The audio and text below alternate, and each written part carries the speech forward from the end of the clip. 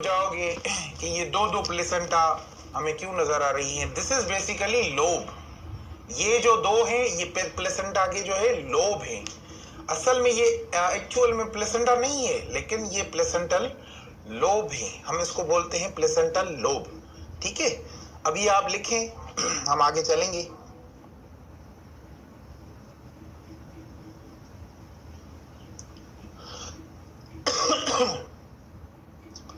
अब हम बात करेंगे थिक प्लेसेंटा के बारे में। आपने ये लिखा, मैं अभी इसे जो है मिटा रहा हूं।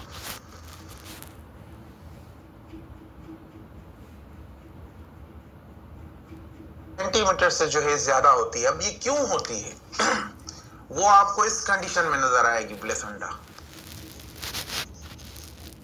ठीक है, इस कंडीशन में अब ये इसकी जो थिकनेस है यहां से यहां तक, ये 4 सेंटीमीटर से जो है अबव होगी, ज्यादा होगी। ठीक है, इंक्रीज होगी। आसान अल्फाज में ये इंक्रीज होगी इसकी साइज। अब ये क्यों होगी, क्या वजूहात हैं, प्लेसेंटा की साइज जो है वो क्यों बढ़ जाती है। ये प्लेसेंटा है, इसकी थिकनेस हमने यहां से यहां तक मेजरमेंट कर ली।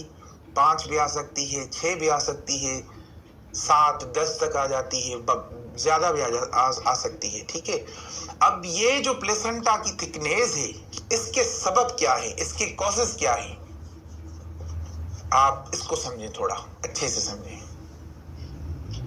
प्लेसेंटा की जो थिकनेस है, ये इनकी कंडीशंस में आपको बताने जा रहा हूं। क्या बताने जा रहा हूं, कंडीशंस। अब इसकी जो कंडीशंस हैं वो क्या है, इन चीजों को समझें। सबसे पहले ये गेस्टेशनल डायबिटीज की वजह से जो है थिक हो जाती है। गेस्टेशनल डायबिटीज किस चीज की वजह से, गेस्टेशनल डायबिटीज की वजह से ये जो प्लेसेंटा है थिक हो जाती है। ठीक है, इसकी जो दूसरी कंडीशन है वो है जी इन्फेक्शन। इन्फेक्शंस की वजह से भी ये इंक्रीज हो जाती है इसकी साइज। वो डिफरेंट इन्फेक्शंस हो सकते हैं। ठीक है, हम इनको इन्फेक्शंस ही जो है काउंट करेंगे। ठीक है, उसके बाद प्लेसेंटल हेमोरेज की वजह से जो है ये इंक्रीज हो जाती है। नंबर 3 पे है प्लेसेंटल हेमोरेज। हेमोरेज ये ई है। ठीक है, ये ई है जनाब, हेमोरेज। इसकी स्पेलिंग को आप समझें, HEMORRHAGE। ठीक है, हेमोरेज का मतलब ये एच जो है वो खामोश है। प्लेसेंटल हेमोरेज की वजह से ये जो है थिक हो जाती है। उसके बाद आ जाता है मैटरनल एनीमिया। क्या आ जाता है, 4th नंबर पे मैटरनल एनीमिया।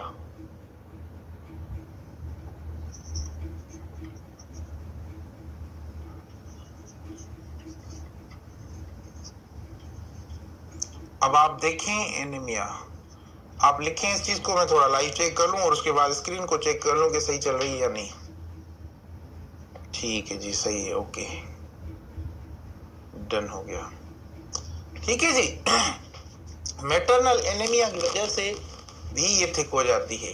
कंडीशंस को समझ लें, गेस्टेशनल डायबिटीज यानी शुगर की वजह से, इन्फेक्शंस की वजह से, प्लेसेंटल हेमोरेज की वजह से, ब्लीडिंग की वजह से और मैटरनल एनीमिया की वजह से ये 4 सेंटीमीटर से जो है थिक हो जाती है।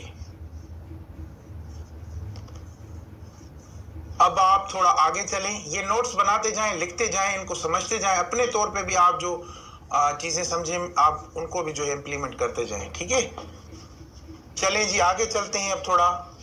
और दूसरी बात कि ये आखिरी इसका स्टेप रहता है, प्लेसेंटा एक्रीटा की वजह से भी ये थिक हो जाती है। किस चीज की वजह से, प्लेसेंटा एक्रीटा के बारे में हम बात करेंगे। एक्रीटा और उसके परक्रीटा, इसके बारे में बात करेंगे। प्लेसेंटा एक्रीटा के बाद जो है एक्रीटा, इसके बाद भी जो है ये 4 सेंटीमीटर से जो है थिक हो जाती है। थिकनेस इसकी बढ़ जाती है।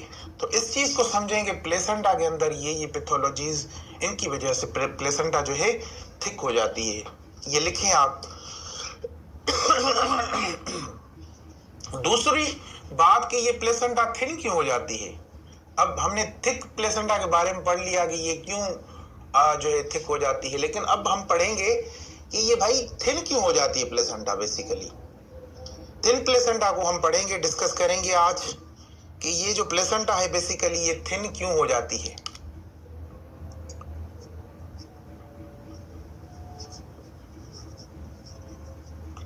इसके बारे में पढ़ेंगे, ठीक है, थिन प्लेसेंटा के बारे में। इसका जो सबसे बड़ा और कॉमन प्रॉब्लम है वो है diabetes, severe polyhydramnios diabetes, severe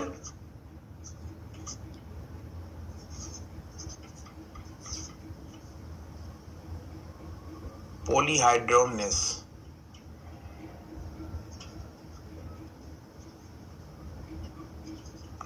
polyhydramnios diabetes.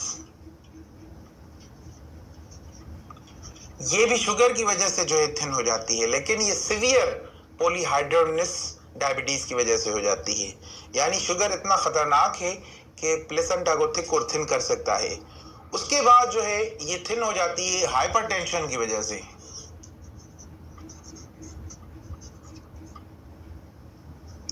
Hypertension की वजह से जो है ये थिन हो जाती है। अब इसके दो असबाब हैं, बहुत सारे हो सकते हैं रीजन, लेकिन इसके दो कॉमन रीजंस ये हैं कि ये सीवियर पॉलीहाइड्रमनेस डायबिटीज की वजह से ये थिन हो जाती है। दूसरी ये हाइपरटेंशन की वजह से जो है थिन हो जाती है। तो इनके जो मेजर और कॉमन जो है कॉजेज जो हैं वो ये दो हैं, ठीक है। आप इसको लिखें।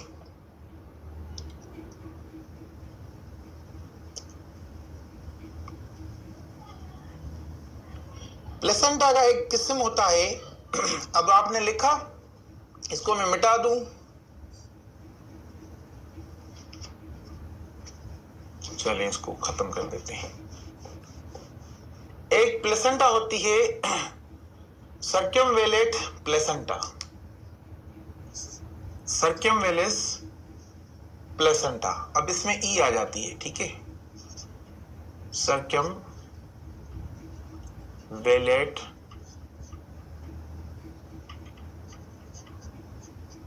प्लेसेंटा, ठीक है। अब ये जो सर्कमवेलेट प्लेसेंटा है ये किस तरह से होती है।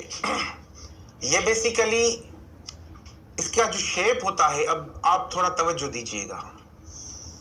ये प्लेसेंटा है, ठीक है, ये इस तरह से होती है। अब इसकी दो नोकीली चीजें बनी होती हैं, इस तरह से होती है। ये पैथोलॉजी है प्लेसेंटा की। ये जो सर्कमवेलेट प्लेसेंटा होती है ये बेसिकली दो इनकी जो होती हैं नोकें होती हैं, इस तरह से होती हैं ये दो। इस तरह से अगर आपको कोई साइन मिलता है, इस साइन को हम बोलते हैं सर्कमवेलेट प्लेसेंटा। सर्कमवेलेट प्लेसेंटा जो होती है वो इस तरह से इस शेप के अंदर हमें नजर आती है, इस पर्टिकुलर शेप के तरह नजर बोलते हैं प्लेसेंटल शेल्फ। क्या बोलते हैं जी? Placental shelf. अब मैं कहां पे लिखूं मुझे समझ में नहीं आ रहा, यहां पे लिखते हैं। इसको हम बोलते हैं प्लेसेंटल शेल्फ बोलते हैं, ठीक है। इसको हम बोलते हैं प्लेसेंटल शेल्फ, ठीक है। ये क्लब लाइक अपीयरेंस होती है। इसका जो अपीयरेंस होता है क्लब लाइक अपीयरेंस होता है, क्लब लाइक अपीयरेंस। ये आप लिखें, आगे जब हम डिजिटल क्लास पढ़ेंगे तो इसमें क्लब लाइक अपीयरेंस को आप अच्छे से समझ जाएंगे, ठीक है। ये प्लेसेंटल शेल्फ होती है और इसको हम प्लेसेंटल शेल्फ बोलते हैं। इस शेप को जो है हम प्लेसेंटल शेल्फ बोलते हैं। This is circumvallate placenta. आप इसका शेप बनाएं, मैं थोड़ा आगे चल के आपको मजीद रहनुमाई करता हूं इस चीज की।